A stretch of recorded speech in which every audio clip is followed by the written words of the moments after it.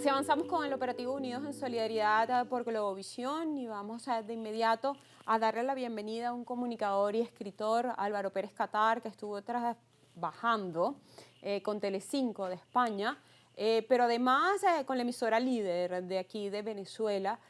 Quiero que comparta con nosotros sus impresiones de lo que ha sido o de lo que han sido estos días, estos últimos 10 días en los cuales le ha tocado bien duro. Bienvenido Álvaro Pérez Catar. Dios mío, hoy estoy... Pero es que me quedé como consternada. No, bueno, gracias por la todo. invitación. Encantado de estar aquí con ustedes dos, que además es comunicador, escritor, soy amigo de ustedes dos, así que Ay, eso qué sí. privilegio. Eso sí es muy cierto. Gracias por recibirme aquí. Álvaro, yo creo que primero hay que acudir a esa parte humana, ¿no? Antes de irnos a lo profesional, al oficio. Y por eso es inminente que te pregunte cómo está tu tío. ¿Lo encontraste? Lo encontré. Sé que estaba en La Guaira. Sí, fue solo un momento, afortunadamente solo un susto, porque como no teníamos comunicación ni servicio eléctrico, inmediatamente después de que ocurrió el terremoto logramos comunicarnos con la mayoría de mi familia, que somos bastantes acá en Venezuela. ¿Y tienes bastantes en La Guaira? No solo él. Ok. Entonces, bueno, no lográbamos comunicarnos, obviamente empezaban a llegar las noticias de que el terremoto había afectado mucho a la zona de La Guaira y apenas horas después del terremoto tomamos la decisión de bajar a La Guaira y pude ver en primera línea y antes que la prensa internacional o que tuviéramos la menor idea de lo que estaba pasando, qué fue lo que ocurrió, que es mucho más devastador de lo que se puede ver incluso hoy día a través de las redes sociales o lo que se ha podido reseñar. Y lo vi en ese mismo momento porque además tuve que cruzar buena parte de la zona hacia el este de La Guaira y llegué hasta Naiguatá. Entonces pude ver todo el sector de Caraballeda absolutamente destruido. Ahí no quedó ni un edificio en pie, hay que decirlo. Wow, qué tristeza. Bueno, por unas partes nos reconforta saber el hecho de que pudieron encontrar a tu tío. Y bueno, nosotros estamos muy agradecidos de que estés con nosotros acá y que compartas lo que ha sido la experiencia de esta cobertura. Y quería preguntarte, en vista de que Meli estaba destacando lo que es la parte emocional, sentimental, mental, ¿cómo estás haciendo para procesar todo lo que estás viviendo como ser humano y como venezolano mientras te toca, es tu deber, seguir informando? Esa es una buenísima pregunta y es quizá la más difícil de responder. Yo creo que aquí lo que me ha ayudado es que yo justo hace pocos meses había tomado la decisión de regresar al país y esa decisión que yo tomé porque estuve un tiempo afuera venía acompañada de una convicción muy clara de que yo venía a servir, llueva, trueno, relampaguee. Entonces, esa decisión vista desde una misión, desde un propósito de ser útil, me ha mantenido en pie, ¿no? Me ha dado como un propósito dentro de todo este contexto. Pero bueno, por otro lado, he tenido el privilegio de, por un lado, literalmente mis días después del terremoto han sido, vamos a La Guaira en la mañana, junto con el equipo de Telecinco que tuve el gusto y el honor de acompañar durante esta cobertura, veníamos a Caracas, transmitía el programa de radio, volvíamos en la noche. Estuvimos, de hecho, fuimos de los primeros medios de comunicación internacionales que fuimos parte de la cobertura del rescate de Hernán Gil, que fue esa persona que pasó 114 horas bajo los escombros y que afortunadamente logró ser rescatado. Era el vigilante de un edificio en Playa Grande. Y mira, mientras que hago el programa de radio, entonces converso con expertos, gente en el área de psicología, de desarrollo humano, un poco para entender el contexto, entonces mantenerme informado y sobre todo sintiéndome útil en un contexto como este es lo que me da la fuerza y la valentía de seguir adelante, pero no te voy a negar que al día de hoy estoy agotado. Hoy ha sido el único día que me he tomado como con un poco más de calma, sin embargo aquí estamos, echándoles el cuento. ¿Cuál es la situación de la prensa internacional actualmente en La Guaira? Ahora que mencionas que estabas justamente con Telecinco. Mira, afortunadamente y en contraste con lo que ha sucedido en los últimos años, la prensa internacional ha tenido una apertura y una colaboración en general. Todos los medios de comunicación fueron acreditados en La Carlota por el Ministerio de Comunicación e Información. Facilitaron en algún momento el acceso a La Guaira a través de unos autobuses que dispuso el MINSI. Sin embargo, yo creo que yo no estuve como tan de acuerdo con que teníamos que pasar por esos autobuses para poder acceder y nosotros al final logramos como en el marco de esta cobertura encontrar la manera de llegar por nuestros medios para poder mostrar lo que consideramos que tenía que ser mostrado. Y así fue. Y en la medida en que podamos hacer una cobertura que vaya más allá del amarillismo y que sea humana, pues en esa medida vamos a poder servir al propósito de salvar más vidas, que es lo que más nos propusimos durante todo este tiempo. Y qué importante es esa línea de la que estás hablando, porque obviamente te encuentras en tu deber como profesional de compartir información que resulte valiosa para que se pueda seguir prestando ayuda y no caer en otros escenarios. Mientras te escuchaba, me preguntaba de qué manera han reaccionado, han respondido las comunidades, los vecinos cuando los ven a ustedes trabajando y compartiendo sus historias y de alguna manera replicando lo que les pasó para recibir ayuda y apoyo de alguna manera. Mira, eso es la parte más bonita y más difícil, porque cuando tú estás cubriendo una catástrofe de las dimensiones de lo que pasó en Venezuela y particularmente en La Guaira, que ojo, en Caracas pasaron cosas muy duras, como lo están diciendo hace un momento, en Falcón, en distintas zonas del país. En Aragua también hubo gente afectada, en Valencia hay estructuras que están revisando, es decir, es bastante, lo que pasó es bastante fuerte, pero lo de La Guaira fue devastador. Tú tienes que tomar la decisión de qué historia vas a contar. Y eso es lo más difícil porque todo el mundo de alguna manera te pide que cuentes la suya, con la esperanza de que lo que tú puedas decir de alguna manera ayude a que ellos puedan recuperar un familiar o que alguien les escuche para... Se visibilice. Claro, se visibilice. Y entonces, qué difícil era. Qué difícil era poder escoger cuál era la historia que íbamos a contar en el noticiero de las mañanas y sobre todo por lo que significa cubrirlo desde la perspectiva de la prensa internacional, porque esto es lo que ayuda a que vengan más grupos voluntarios, a que haya más ayuda económica a nivel internacional. Entonces, bueno, nosotros estábamos con una serie de periodistas españoles, estábamos con Carlos Frangino, que es una de las grandes estrellas de las noticias en España, estábamos con una periodista maravillosa, una reportera que se llama Esperanza Calvo, y ellos tenían la empatía para entender que el equipo que estábamos por parte de Venezuela teníamos un doble propósito, no solamente mostrar la tragedia, sino ver cómo esas noticias que nosotros transmitíamos en Europa ayudaban a la gente que estaba aquí. De todos estos testimonios que escuchaste, ¿cuál fue el que más te hizo quebrar? Si tuvieras que seleccionarlo ahora así a dedo.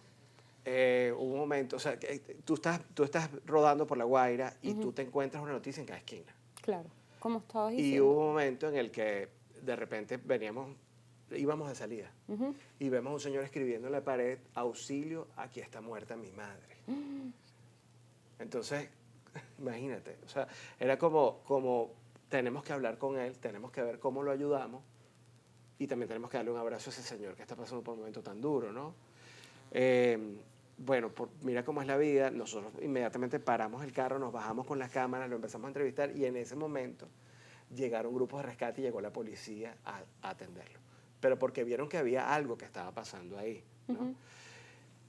Quizá, bueno... no existían cuerpos de rescate para cada una de las solicitudes que existían o que existen actualmente. Mira, Meli, yo te diría que no, honestamente. Yo llegué a ver... Ni con los internacionales. No es suficiente. El nivel de la catástrofe es tan grande que no, por lo menos hasta el momento en que yo estuve yendo a La Guaira, yo tenía la percepción de que no era suficiente. Y mira que vi a los iraníes, a la gente de Qatar, El Salvador, México, Estados Unidos, Chile, Colombia, Costa Rica, Portugal, grupos de todas partes del mundo abocados a salvar vidas.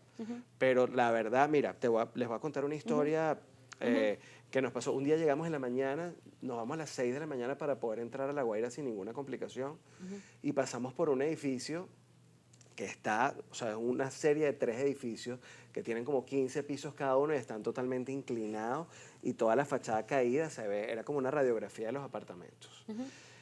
Ahí era evidente que no solamente había un montón de gente muerta porque además olía, sino que probablemente habían sobrevivientes también. Era claro que era probable, pero no había nadie cuando nosotros llegamos en la mañana. Nosotros contamos la historia de Hernán, ahí fue cuando empezó el tema del rescate de Hernán Gil. Nos quedamos unas horas allí. ¿Pero ese era el edificio de Hernán? No. Okay. Eran unos edificios que estaban un poco antes del de Hernán. Entonces, bueno, nosotros vemos que eso está ahí y era como tan curioso que no había nadie. Luego vamos a donde Hernán, cubrimos, decidimos subir a Caracas. Cuando llegamos en la tarde, de vuelta, vemos que hay como unos grupos rescatistas. y nos decidimos detenernos para ver qué era lo que estaba pasando. Resulta que había sido un muchacho venezolano que estaba buscando a su madre, a su tía y a su hija que estaban en el edificio, y como vio que nadie atendía ese sector, decidió con pico y pala ponerse a buscar. Consiguió además escuchar algo. Y al escuchar algo, esa es la foto de la que les hablaba. Y cuando consiguió escuchar algo, llamó enseguida a grupos de rescate, que cuando él tuvo la evidencia de que había vida bajo los escombros, fue cuando lo ayudaron y lograron rescatar a 3 personas de ahí.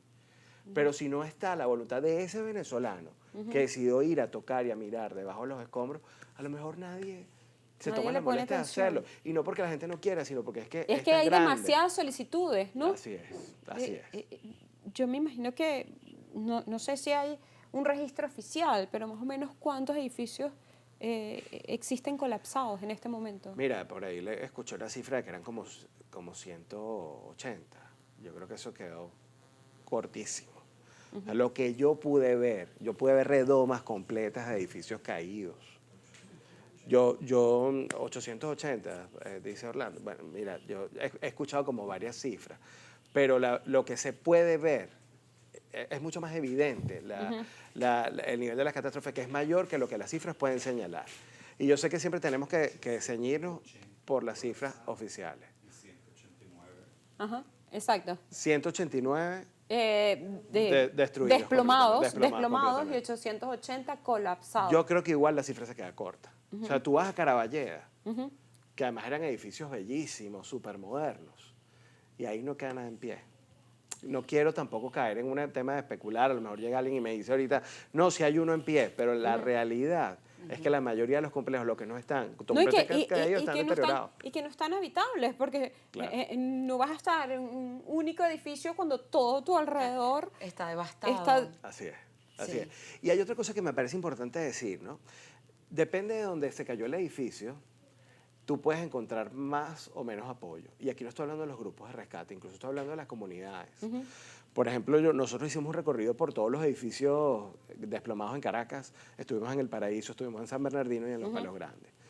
Aquí quiero felicitar a la comunidad chacaoense y a Los Palos Grandes porque están presentes en lo que haya que hacer. Sí, qué buena gestión la de Gustavo Duque, Dios mío. Increíble. No me canso de repetirlo, Sí. Hay uno, entiendo que es el Petunia, que ya está completamente recogido, no sé si... No es el Petunia, es el Redital que está al lado. Ajá, el que estaba al frente como en diagonal. El frente del Sistema de Salud Española. Bueno, ahora se me fue el nombre. Al lado del Yamín. Ajá. Y ese está totalmente recogido porque pasé hoy y lo vi. Del Petunia todavía quedan algunas cosas, ¿no?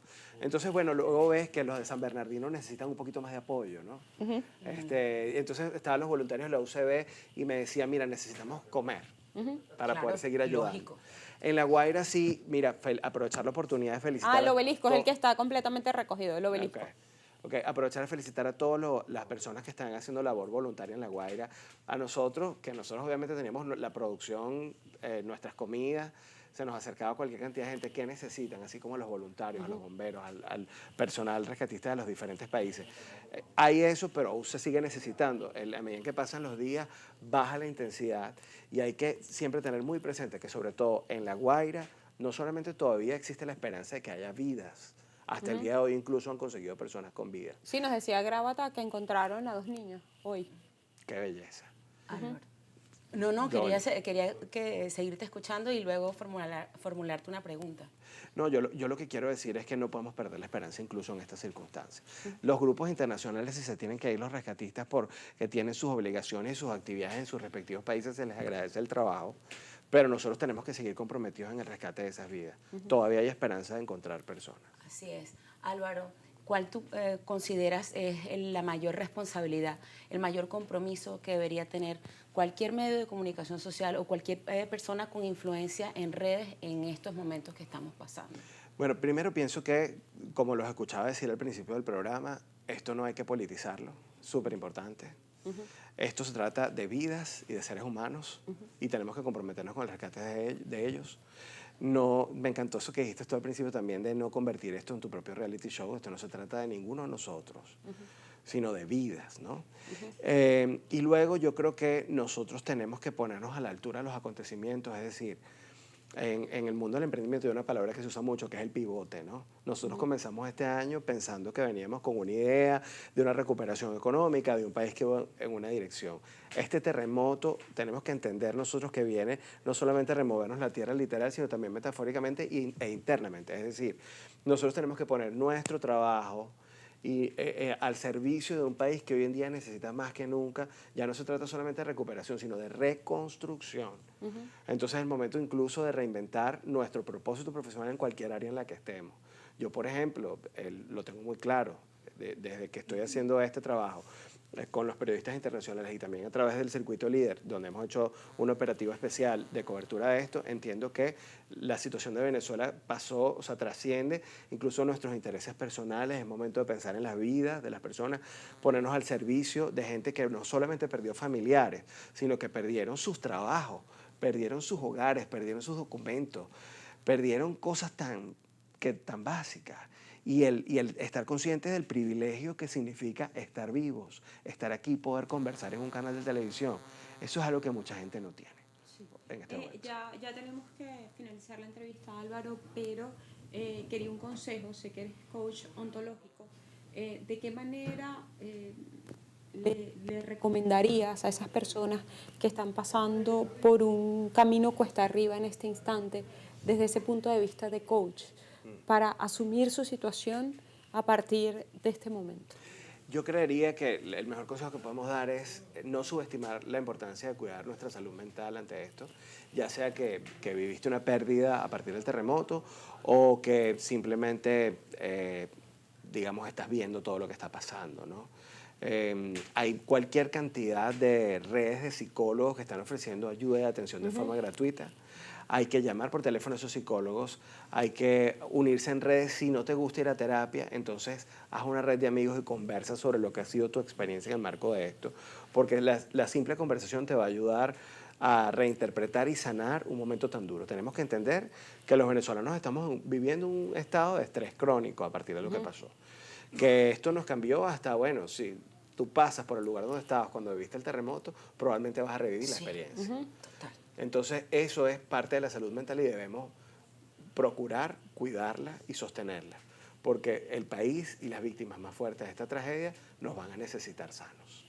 Gracias por tus palabras. Gracias a ustedes. Por haber estado aquí, Gracias, por señor. compartir tu experiencia, por tenderle la mano a estos periodistas de Telecinco. Siempre es importantísimo, ¿no?, que cuenten con un cable a tierra y que sea venezolano para saber cómo moverse, dónde están y qué fue. Y agradecido con ellos. Y qué es ahora. Que hicieron una cobertura espectacular. Y bueno, por supuesto, a Líder, tu emisora. Claro, sí, sí. Y Líder, que ha hecho un operativo Líder contigo. Seguimos hasta el miércoles en la misma sintonía. Y bueno, a ustedes gracias por este espacio. Álvaro Pérez Catar, aquí en el operativo de Globovisión. Son las 11:27 y avanzamos con más. No se nos vayan.